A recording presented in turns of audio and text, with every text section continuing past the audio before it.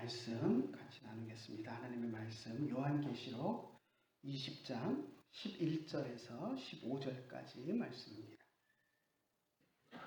또 내가 크고 흰 보좌와 그 위에 앉으신 이를 보니 땅과 하늘이 그 앞에서 피하여 간데 없더라. 또 내가 보니 죽은 자들이 큰 자나 작은 자나 그 보좌 앞에 서 있는데 책들이 펴 있고 또 다른 책이 펴졌으니 곧 생명책이라. 죽은 자들이 자기 행위를 따라 책들에 기록된 대로 심판을 받으니 바다가 그 가운데에서 죽은 자들을 내주고 또 사망과 음부도 그 가운데에서 죽은 자들을 내주매 각 사람이 자기 행위대로 심판을 받고 사망과 음부도 불못에 던져지니 이것은 둘째 사망 곧 불못이라. 누구든지 생명책에 기록되지 못한 자는 불못에 던져지더라. 아멘. 여러분은 최후의 심판이라고 하면 어떤 것이 제일 먼저 떠오르십니까? 정말 얼굴 무서워 하시는 분도 있을 것이고, 보통 우리가 최후의 심판 그러면 미켈란젤로가 그린 유명한 최후의 심판이라는 그림을 떠올리게 됩니다. 이게 그 사진인데요. 로마에 있는 시스티나 성당에 있는 벽화의 모습인데요. 천장에는 우리가 잘 아는 유명한 천지창조의 모습, 그래서 창세기에 있는 그런 내용들을 천장에 그렸고, 그리고 이쪽 이제 앞에 보이는 쪽이 우리로 치면 강대상 뒤쪽이고, 천주교에서는 그 제단을 꾸며놓는데 그 제단 뒤쪽 벽면입니다. 그곳에 최후의 심판이라고 해서 그림을 그려놓았는데, 이 그림이 사실은 우리들에게 많이 알려져 있고, 그래서 최후의 심판 그러면 보통 이 그림부터 떠올리는 것 같습니다. 천지창조만큼이나 최후의 심판은 우리 기독교인들의 관심사였고, 그래서 중세시대 성당에 벽화를 그리면서 천장에는 천지창조를 그리고 또 제단 뒤쪽에는 최후의 심판의 장면을 또 상상해서 그린 것이 아닐까 하는 생각을 해봅니다. 그만큼 성경이 최후의 심판에 대해서 분명하게 이야기하고 있고, 또 우리 기독교인들은 그것들을 생각하면서 살아갈 수밖에 없습니다. 우리의 삶은 죽음으로 끝나는 것이 결코 아닙니다. 삶의 끝에는 하나님의 심판대가 있고 우리는 모두 하나님의 심판대 앞에 서야 합니다. 그리고 그 심판의 결과에 따라 각 사람의 운명은 영원한 천국과 영원한 지옥으로 갈라지게 됩니다. 그것이 성경이 우리에게 이야기하는 것입니다. 히브리서 9장 27절에 보면 한 번 죽는 것은 사람에게 정해진 것이요 그 후에는 심판이 있으리니 라고 분명하게 우리에게 이야기하고 있습니다. 이 땅에 태어난 우리는 언젠가는 몇 살을 사느냐의 차이는 있지만 언젠가는 죽음을 맞이하게 됩니다. 그리고 그 죽음 후에는 세상이 끝나는 것이 아니라 하나님의 심판이 있고 그 심판에 따라 천국과 지옥이 결정되는 것을 성경이 우리에게 분명히 가르쳐주고 있습니다. 바울이 아테네에서 아테네 사람들의 철학의 도시죠. 아테네는 철학으로 유명하고 온갖 논리와 온갖 신들에 대해서 서로 자랑하고 지식을 자랑하고 이야기하는 사람들을 향해서 회개를 촉구하면서 하나님께서 온 세상을 심판하실 날이 예정되어 있다라는 것을 분명하게 이야기를 했었습니다. 사도행전 17장 31절 한번 같이 읽어볼까요? 이는 정하신 사람으로 하여금 천하를 공의로 심판할 날을 작정하시고 이에 그를 죽은 자 가운데서 다시 살리신 것으로 모든 사람에게 믿을 만한 증거를 주셨음이니라 하니라. 아테네 사람들을 향해서 지식과 온갖 철학을 자랑하면서 논리로 무장된 그런 아테네 사람들을 향해서 하나님의 말씀을 전하면서 예수님을 메시아로 전하고 예수님을 믿어야 그들에게 구원이 있음을 바울이 분명히 이야기하면서 예수님을 믿지 않는 자들에게는 마지막 심판의 날에 그들의 행위대로 하나님께서 심판하실 것을 분명하게 선포했습니다. 바울뿐만 아니라 예수님께서도 이 땅 위에 계시는 동안 제자들에게 심판의 날에 대해서 여러 차례 이야기하셨습니다. 대표적인 예가 군중들을 꾸짖으시면서 심판날에 소돔과 고모라 땅이 너희보다 견디기가 쉬울 것이다 라고 하면서 심판날을 분명히 이야기했습니다.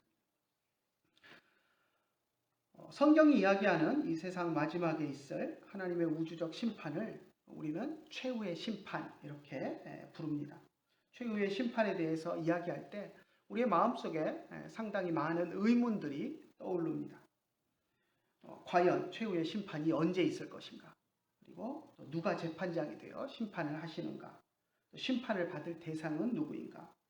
심판의 결과는 무엇인가? 하는 등의 질문들이 우리에게 떠오르고 많은 사람들이 최후의 심판을 이야기할 때 그런 문제들을 이야기합니다. 그래서 오늘 우리가 성경 본문들을 중심으로 해서 특별히 오늘 우리가 읽었던 요한계시록 본문을 중심으로 해서 이런 질문들에 대해서 성경이 뭐라고 이야기하고 있는가, 최후 심판에 대해서 어떤 이야기를 하고 있는가 하는 것들을 좀 살펴보려고 합니다. 자, 첫 번째 우리가 생각해야 될 질문은 최후 심판이 언제 임하는가 하는 것입니다. 최후 심판이 언제 일어날 것인가 하는 것에 대해서는 우리가 지난 시간에 조금 생각해 보았었습니다. 최후 심판은 분명히 예수님의 재림 이후에 이루어집니다. 요한계시록 20장 4절에 나오는 천년왕국, 우리가 지난 시간에 살펴봤는데요. 그 천년왕국을 어떻게 해석하느냐에 따라서 약간의 의견 차이는 있습니다. 하지만 예수님의 재림 이후에 최후의 심판이 임한다라는 것은 부인할 수 없는 사실입니다. 무천년설이나 후천년설을 주장하는 사람들은 예수님의 재림과 동시에 최후 심판이 일어난다라고 믿게 되고요. 그리고 전천년설을 주장하는 사람들은 천년왕국 전에 예수님이 재림하고 그리고 심판은 천년왕국 후에 있다라고 이렇게 이제 믿기 때문에 예수님의 재림과 심판 사이에 실제 천년이 될지 상징적인 천년이 될지는 모르겠지만 아무튼 천년왕국의 그 기간이 있기 때문에 차이가 있다라고 생각을 하기도 하지만 아무튼 어찌됐든 예수님 재림하시고 천년 후가 됐던 어떻든 예수님이 재림하셔야 그 이후에 최후의 심판이 이루어진다라는 것은 바꿀 수 없는 그런 성경이 이야기하는 분명한 사실입니다. 그래서 천년왕국을 이제 없다고 생각하는 사람들은 예수님의 재림과 동시에 예수님 재림하신 직후에 최후의 심판이 일어난다라고 믿는 것이고요. 그래서 어쨌든 최후의 심판은 이 세상의 끝에 일어나는 것이고 예수님이 재림하셔야 이루어진다라는 것을 우리는 기억해야 합니다. 자, 두 번째 질문은 누가 심판하시는가 하는 것입니다. 최후의 심판대에서 재판장이 되어서 심판하시는 분이 누구이신가, 심판의 주체가 누구인가 하는 문제입니다. 이 질문에 대해서 많은 사람들이 성부 하나님이 재판하신다라고 생각을 합니다. 물론 창조주로서 성부 하나님이 최후의 심판에 권한을 가지신 분은 틀림없습니다. 하지만 성경은 최후의 심판의 재판장으로 예수님을 이야기합니다. 예수 그리스도께서 재판장으로 서실 것이다 라는 것을 이야기합니다. 디모데후서 4장 1절 한번 같이 읽어볼까요? 하나님 앞과 살아있는 자와 죽은 자를 심판하실 예수 그리스도 예수 앞에서 그가 나타나실 것과 그의 나라를 두고 엄히 명하노니. 디모데에게 이제 권면하면서 바울이 하나님 앞에서 내가 너에게 명령한다, 권한다라고 이야기하고 또 그리스도 앞에서 권면한다라고 이야기하는데 예수님에 대한 수식을 붙이면서 살아있는 자와 죽은 자를 심판하실 그리스도 예수다라고 이야기합니다.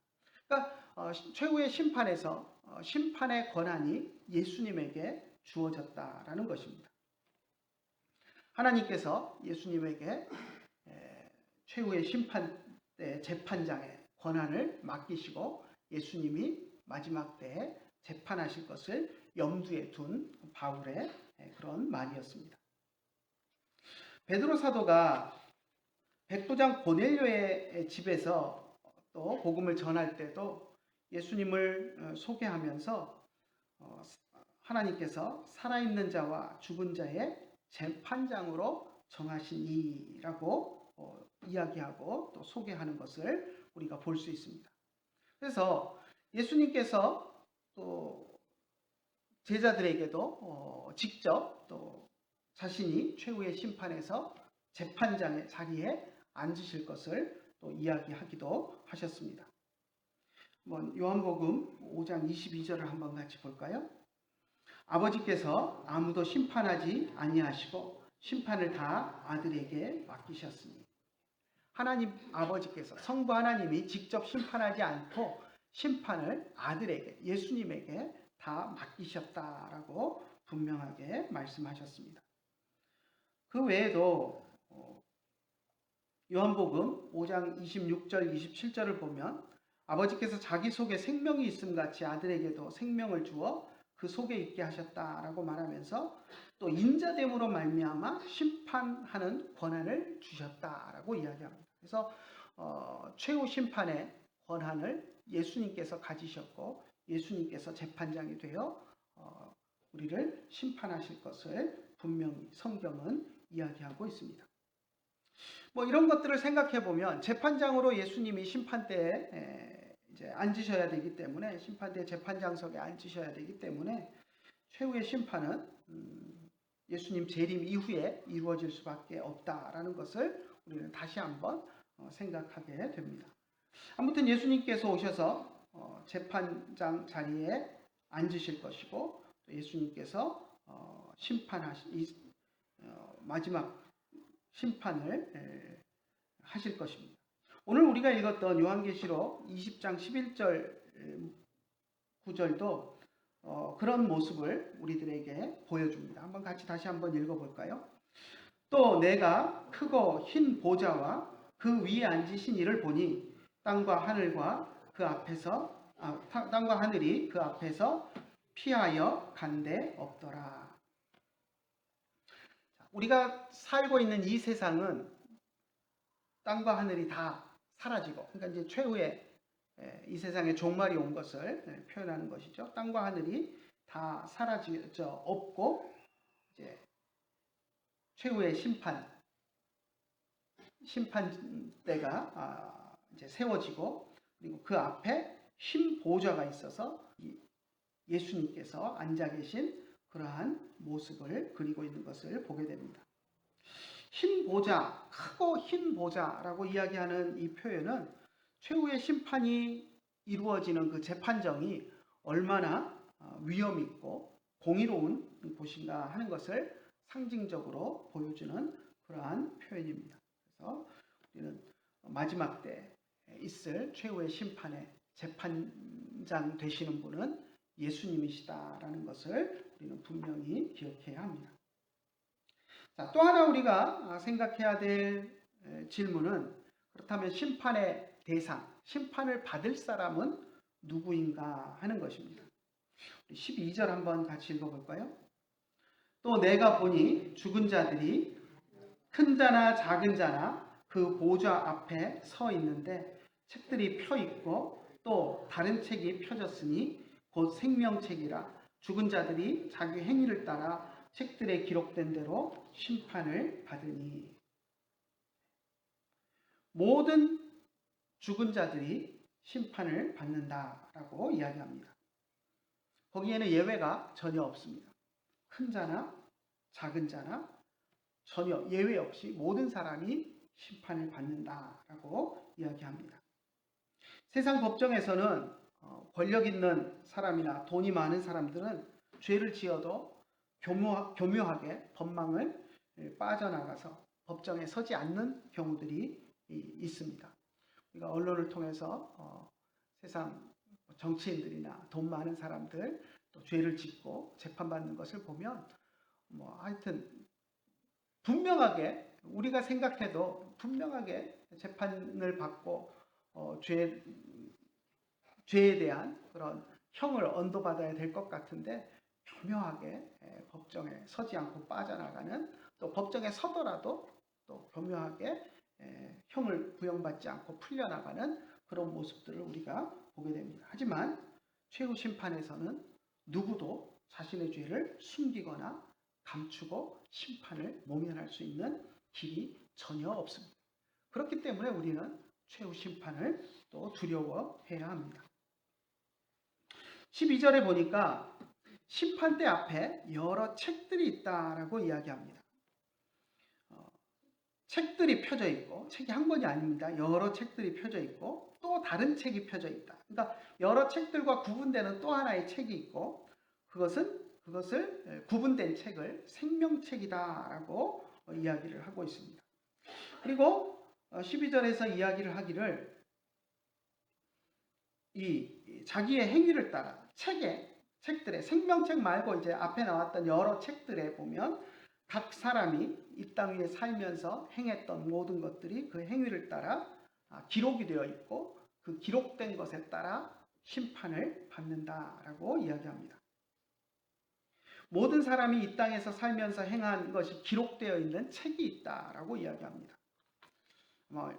요즘 성경을 기록했다면 책이라고 하지 않고 CCTV가 있다라고 기록하지 않았을까 하는 생각을 해봅니다. 니들이 하는 일들은 다 CCTV에 찍혀 있고 다 저장되어 있다라고 이야기하지 않았을까 싶은데, 그 시대에는 CCTV가 없었으니까 이제 책에 우리 사극 같은 거 보면 다 그 치부책이라 그래서 그 목록 다 적어놨다, 그게 증거가 돼서 이제 일이 들통나고 하는 것들을 보는데, 그렇게 치부책에 하나하나 한 일들이 적혀 있는 것처럼 각 사람이 행한 죄의 목록들, 또 죄의 목록뿐만 아니라 선행의 목록들까지 행한 것들이 하나도 빠짐없이 다 기록되어 있는 책이 있다라고 이야기를 합니다. 그리고 그 책에 있는 대로 심판을 받는다라고 이야기합니다. 최후 심판대 앞에서 각 사람은 자기가 행한 것에 근거해서, 자기가 행한 것이 기록되어 있는 책의 내용에 따라서 심판을 받게 됩니다. 이것이 이제 1차로 진행되는 심판인데요. 요한계시록뿐만 아니라 성경의 많은 곳에서 각 사람이 행한 대로 심판을 받는다라는 것들을 이야기를 합니다. 대표적인 예를 몇 가지를 한번 보면은요.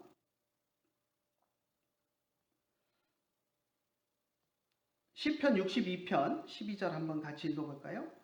주께서 각 사람이 행한 대로 갚으심이니이다. 다윗이 시편을 통해서 하나님께서는 행한 대로, 각 사람이 행한 대로 갚으시고 보응하시고 벌 주시는 분이십니다 라는 것을 이야기하고 있고요.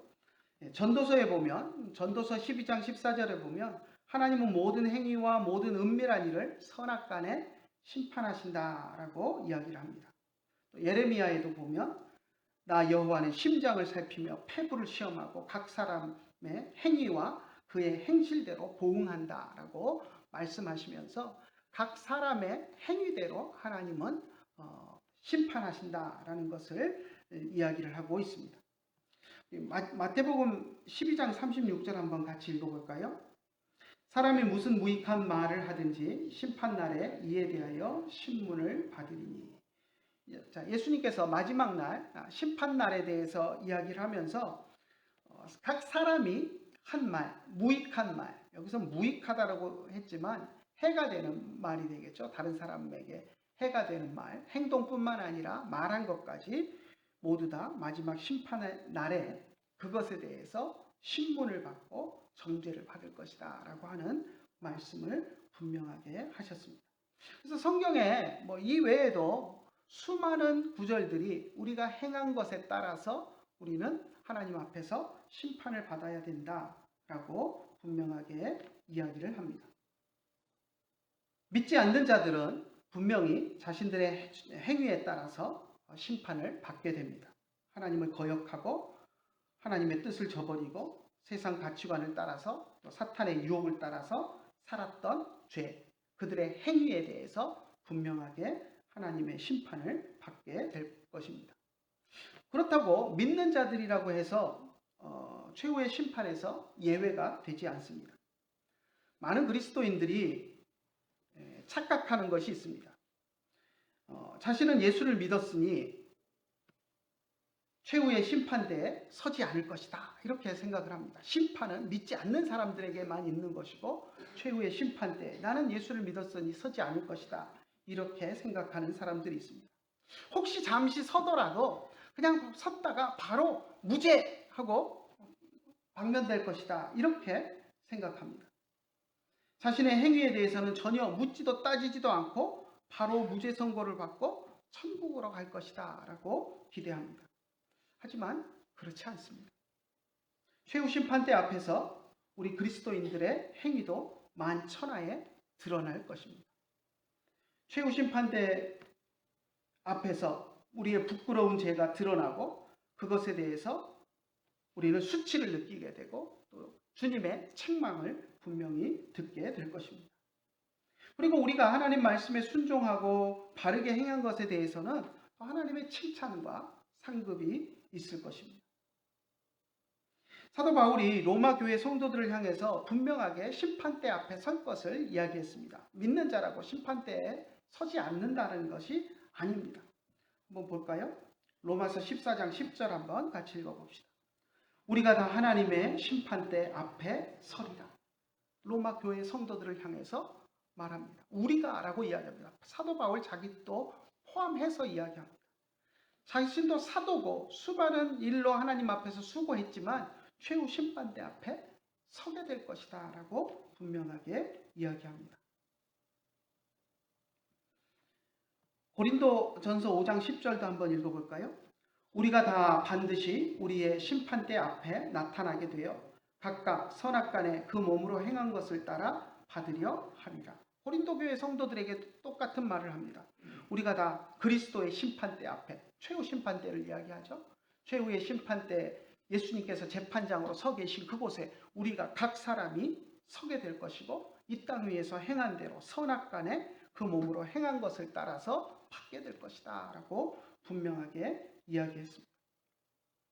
물론 궁극적으로 예수님께서 우리의 죄값을 다 담당하셨기 때문에 우리 믿는 사람들은 우리의 죄악된 행동 때문에 처벌을 받거나 그것에 대해서 책임을 져라 라고 하는 그런 언도는 받지 않을 것입니다. 바울이 말한 것처럼 그리스도 예수 안에 있는 자에게는 결코 정죄함이 없기 때문입니다. 로마서에서 분명히 이야기하고 있죠. 그리스도 예수 안에 있는 자에게는 결코 정죄함이 없나니라고 로마서 8장 1절에서 이야기합니다.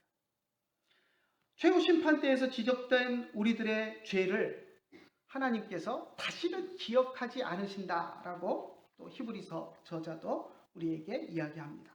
예레미야 선지자도 그것을 이야기했습니다. 하나님께서 우리의 죄가를 다시는 기억하지 않으신다라고 이야기합니다.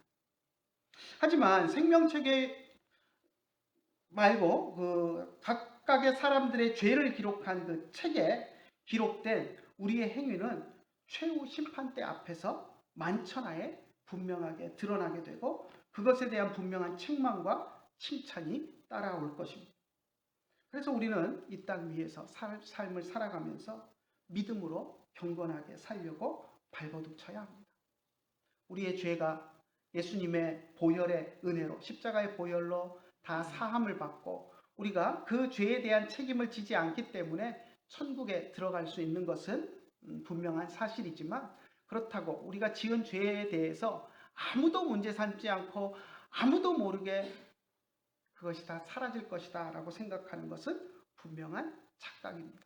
최후 심판대 앞에 서서 믿지 않는 자들이 자기가 행한 대로 심판을 받는 것처럼 우리들도 우리의 행위에 따라서 분명하게 심판을 받고, 하지만 예수님이 우리를 위해서 죄값을 다 치르셨기 때문에 정죄되거나 우리가 그 죄를 값을 치러야 하는 일은 일어나지 않지만 우리가 행했던 모든 것들이 다 밝히 드러나고 주님 앞에서 그것에 대해서 꾸중을 듣는 그런 최후의 심판대 앞에서의 일들은 우리가 감당해야 할 일들입니다.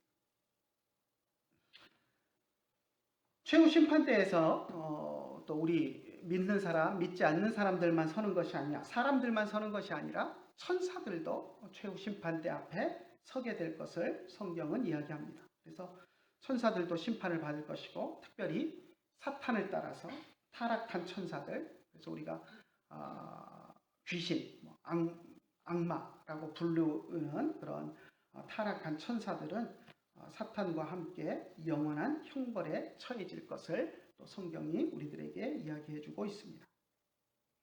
자, 그렇다면 심판의 결과는 무엇일까요? 최후 심판대에서 심판의 결과는 둘로 나뉘어집니다. 예수님을 부인한 사람들은 자신들이 이 땅에서 행한 죄악대로 죄인으로 판정되고 지옥에 던져지게 될 것입니다. 죄를 지은 것에 대한 죄값을 치러야 하기 때문에 그들은 죄인으로 정죄되고 지옥의 형벌을 받을 수밖에 없습니다. 하지만 반대로 우리 예수님을 믿는 사람들은 자신의 죄가 드러남에도 불구하고 예수 그리스도께서 그 죄값을 다 감당해 주셨기 때문에 지옥의 형벌을 면하고 천국으로 옮겨지게 됩니다. 잘못한 것은 잊어버려지고 잘한 것만 남아서 천국에서 잘한 것에 대해서 상급을 누리게 됩니다. 이것이 성경이 우리들에게 이야기하는 최후 심판의 모습입니다. 하나님께서는 인류 역사 속에서 항상 의로움에 대해서는 상을 주셨고 또 불의에 대해서는 분명하게 벌하는 일들을 해오셨습니다. 성경에도 그러한 것들이 많이 기록되어 있습니다. 하나님의 공의가 분명하게 이 세상에 드러나는 것을 하나님은 보여주셨습니다. 에덴 동산 때부터 그랬죠. 에덴 동산에서 아담과 하와와 하나님이 언약을 맺으셨고 그 언약을 깬 아담과 하와의 잘못에 대해서는 분명하게 공의로 벌하셨습니다. 에덴 동산에서 쫓겨나야 했고 에덴 동산에서 누리던 모든 특권을 빼앗겼습니다. 에덴 동산에서 아담과 하와가 얼마나 많은 것들을 누리며 살았습니까? 그런데 죄를 지음으로 그들이 누리던 특권을 다 빼앗기게 되고 에덴 동산에서 쫓겨나서 노동을 하고 또 죄와 또 질병과 모든 죄의 결과인 질병과 사망의 고통 속에서 살아가야 하는 그런 모습이 되었습니다. 노아 시대에도 보면 하나님은 홍수로 세상을 심판하셨습니다. 세상의 죄악이 관영해졌을 때 참고 참으시던 하나님이 결국 노아 시대에 이 세상을 물로 심판하시는 그런 모습을 우리에게 보여주셨고요. 이것이 하나님의 공의를 세상에 드러내신 것입니다. 소돔성과 고모라성의 그런 악한 죄도 간과하지 않으셨습니다. 또 가나안 땅 사람들이 우상을 숭배하고 또 가나안 땅에서 온갖 죄악을 저지르는 것들을 하나님께서는 이스라엘 백성을 통해서 출애굽한 이스라엘 백성들이 가나안에 들어가면서 그들을 징벌하도록 이스라엘의 칼에 의해서 죄악된 가나안 사람들을 벌하시기도 하셨습니다. 반대로 이스라엘 사람들이 하나님 앞에 죄를 지었을 때에는 우리 사사시대 보면 주변에 있는 모압과 암몬과 온갖 민족들이 이스라엘을 침입해서 이스라엘을 벌했던 그런 모습을 봅니다. 분명히 성경은 하나님께서 그들을 이 민족을 통해서 벌하셨다라고 이야기를 합니다. 그 이후에도 아수르와 바벨론을 통해서 이스라엘은 또 하나님의 벌을 받게 됩니다. 이렇듯 하나님께서는 죄를 지은 사람들을 그냥 간과하지 않으시고 항상 하나님의 공의를 통해서 벌을 내리셨던 것들을 우리가 성경을 통해서 볼 수 있습니다. 또 반대로 하나님의 말씀대로 순종하며 살아갔던 사람들에게는 하나님께서 복을 주시고 또 상을 주시는 그런 모습들을 봅니다. 대표적인 예를 들어본다면 노아, 아브라함, 이삭, 야곱, 다윗, 수없이 많은 사람들이 하나님께서 주신 복을 누리며 또 하나님의 베푸시는 은혜를 경험하면서 살았습니다. 최후의 심판도 특별한 것이 아니라 하나님께서 창조주로서 이 세상에 대한 이 세상의 경건한 자들에게 상을 주시고 또 불경건한 자들, 불의한 자들에게 그들을 형벌 아래 가두심으로써 창조주로서 이 세상에 대한 하나님의 창조의 주권을 실행하시는 것으로 우리는 보아야 합니다. 그래서 창조 때부터 있었던 에덴 동산에서부터 죄에 대해서 심판하시고 죄를 미워하셨던 그 하나님이 이 세상의 인간의 역사의 끝에 최후의 심판을 통하여서 하나님의 공의를 세상에 드러내시는 것을 우리는 기억해야 합니다. 그래서 왜 하나님이 꼭 세상을 최후의 심판을 꼭 행하시는가 하는 것들을 우리가 생각하고 의문을 품을 수가 있는데요. 하나님이 이미 최후의 심판 때 세우지 않아도 하나님은 이미 다 알고 계시니까 그냥 바로 벌을 내리시고 하셔도 될 텐데 왜 최후의 심판 때 세우시는가 하는 그러한 의문들을 우리가 표현할 수 있는데 그것이 하나님의 공의다라는 것을 우리는 기억해야 합니다. 우리가 죄를 용서함 받더라도 심판대 앞에 서서 우리의 죄를 지적받고 우리가 어떤 죄를 지었는가 하는 것들이 낱낱이 까발겨지고 그리고 우리의 그 죄악된 수치에도 불구하고 예수님이 우리를 위해서 우리의 죄값을 치르셨기 때문에 우리가 죄인으로 선고되지 않고 의인으로 의롭다 하심을 받는 그 과정을 우리가 거치게 되고 또 믿지 않는 자들은 본인이 행한 죄로 인하여서 자기들이 지은 죄로 인하여서 그 죄의 값으로 영원한 지옥의 형벌을 받게 되는 그 공의의 과정이 바로 최후의 심판이다라는 것을 우리는 기억해야 합니다. 최후의 심판이 없다라고 믿고 살아가는 사람들은 두려움 없이 죄를 짓습니다. 내가 이 죄를 지어도 누가 알 것인가 라고 생각합니다. 그렇지 않습니까? 우리가 혼자 있을 때 요즘은 CCTV가 너무 많아가지고 걸리는 경우가 많은데 그렇지 않은 때에는 와 완전 범죄다. 이건 아무도 모르는 것이니까 내가 슬쩍 한다고 누가 알겠는가 하고 잘못된 마음을 품고 죄를 짓는 경우가 있습니다. 물론 이 세상에서는 아무도 모르고 지나갈 수 있습니다. 하지만 최후 심판대 앞에서는 우리의 모든 죄가 낱낱이 만천하에 드러나게 될 것입니다. 그렇기 때문에 최후의 심판을 믿는 사람들은 함부로 죄를 짓지 못합니다. 하지만 최후 심판이 없다고 믿고 살아가는 사람들은 두려움 없이 죄를 짓습니다. 이 세상에서 즐기고 누리는 데만 치중합니다. 내가 그것이 죄인가 하나님이 싫어하시는 일은 아닌가 이것이 과연 하나님이 기뻐하시는 일인가 하는 것은 생각하지 않고 지금 당장 내 즐거움을 쫓는 데만 치중합니다. 그것이 최후 심판이 없다고 믿고 살아가는 사람들의 모습입니다. 하지만 우리 그리스도인들은 이 세상 마지막에 하나님의 심판이 있다라는 것을 기억하기 때문에 세상 것에 대한 욕심 때문에 죄를 짓지 못합니다. 최후의 심판을 믿는 사람은 이 땅에서 당하는 불이익에 대해서 또한 너무 억울해하지 않습니다.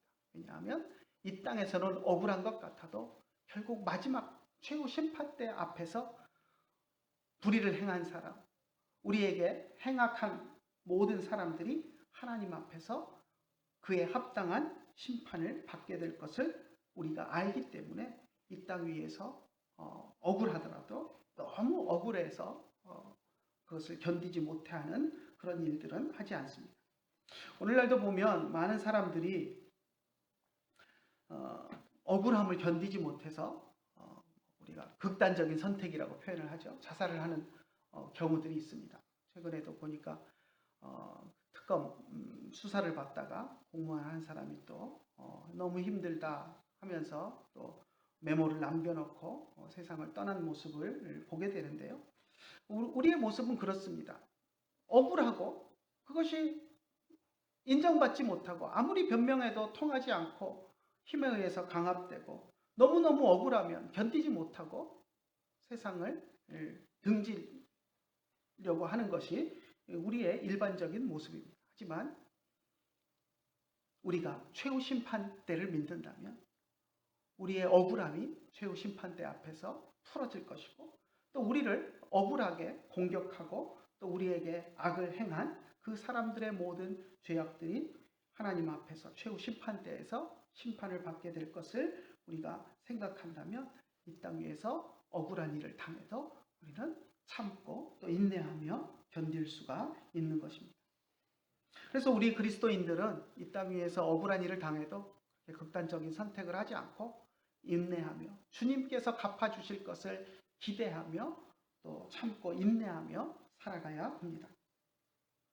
최후의 심판을 생각하면서 모든 일에 겸손한 여러분들이 되시기를 간절히 축원합니다. 하나님의 권위 아래 복종하고 하나님의 명령에 순종하면서 살아가시기를 축원합니다. 우리가 행한 악한 행위가 시간이 지나면 모두에게 잊혀질 것이다 라고 착각하며 살지 맙시다. 사람들은 잊어도 그것은 최후 심판대 앞에서 만천하에 드러나게 될 것이고 그것으로 인해서 우리가 하나님 앞에 심판을 받게 될 것이다 라는 것을 기억하고 이 땅 위에서 살아가는 날들 동안 정말로 하나님 앞에서 최후 심판대를 기억하면서 겸손하게 살아가는 매 순간순간 신중하게 행동하며 겸손하게 살아가는 저와 여러분들이 되시기를 간절히 축원합니다. 기도하겠습니다. 하나님 아버지 은혜를 감사합니다. 오늘도 주님 앞에 나와서 하나님의 말씀을 또 살펴보며 하나님의 말씀 가운데 또 위로와 도전을 받습니다. 최후 심판에 대해서 성경이 말씀하고 있는 바들을 우리가 살펴보았습니다. 분명히 이 세상 마지막 때 예수님의 재림과 함께 이 세상 마지막 최후의 심판 때가 열릴 것이고 그 심판정에서 예수님께서 재판장이 되셔서 우리의 모든 이 땅 위에서 행한 죄들에 대해서 또 선한 일에 대해서 판단하시고 또 벌하시고 꾸짖으시고 또 상 주실 것을 우리가 믿고 바라봅니다. 물론 우리가 예수님께서 우리의 모든 죄값을 치르셨기 때문에 죄로 인해 정죄당한다고 할지라도 그 죄로 인하여서 우리가 영벌에 처하지는 않을 것을 우리가 분명히 압니다. 하지만 최후 심판대 앞에서 우리의 행한 것들에 대해서 하나님께서 또 예수님을 통하여서 우리를 꾸짖으시고 또 우리의 죄가 심판장 안에서 낱낱이 드러나게 될 날이 있음을 고백하고 그 날에 부끄럽지 않도록 주님 앞에서 우리가 경건하게 살아갈 수 있도록 은혜를 더하여 주시옵소서.